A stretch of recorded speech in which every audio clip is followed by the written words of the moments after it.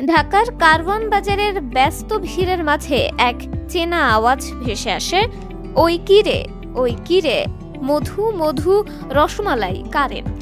এই পরিচিত ডাকেই গ্রাহকদের দৃষ্টি আকর্ষণ করেন মোহাম্মদ রনি, যিনি গত 10 বছরেরও বেশি সময় ধরে কারওয়ান বাজারে তরমুজ বিক্রি করছেন।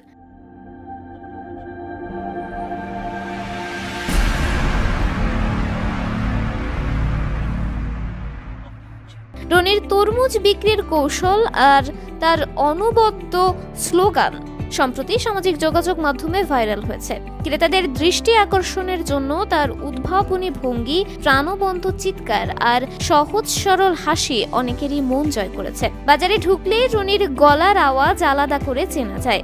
অনেকের কাছেই ভালো তরমুজ চিনতে পারা কঠিন, কিন্তু রনির কথায় তরমুজ চেনা তার জন্য ডান হাতের খেলার মতন। তরমুজের গায়ে হাত বুলিয়ে হালকা চাপ দিয়ে আর কানের কাছে নিয়ে হালকা টোকা দিলেই বুঝে ফেলেন কোনটা সবচেয়ে বেশি মিষ্টি আর রসালো।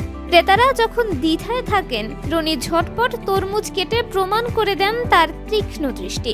তিনি বলেন, ভাই 10 বছর ধরে তরমুজ বেচি, চোখ বন্ধ করেও মধু চিনতে পারি, একবার খাইলে ফেরত আসতে মন চাইবেই। একদিন এক তরুণ রনির তরমুজ বিক্রির ভিডিও করে সামাজিক যোগাযোগ মাধ্যমে পোস্ট করেন। মুহূর্তেই সেটি ভাইরাল হয়ে যায়। তার প্রাণবন্ত উপস্থাপনা, স্বতঃস্ফূর্ত চিৎকার আর ক্রেতাদের সঙ্গে আন্তরিক আচরণ নেটিজেনদের মন কাড়ে।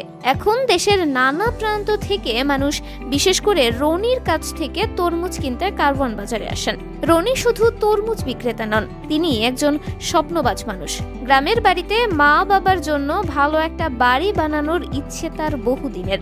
ভাইরাল হওয়ার পর তার বিক্রি বেড়েছে, আর এর সঙ্গে বেড়েছে স্বপ্ন পূরণের আশাও। তিনি বলেন, জীবনে বড় কিছু হতে চাই না, মানুষ খুশি হয়ে মধু তরমুজ খাক, আর আমিও দুমুঠো হাসি নিয়ে বাঁচি।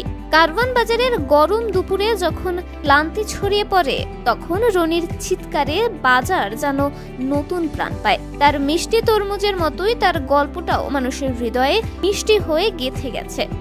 এখন সবাই জানে, কারওয়ান বাজারে ঢুকলেই শোনা যায় সেই চেনা আওয়াজ, ওই কিরে মধু মধু রসমালাই কারেন্ট।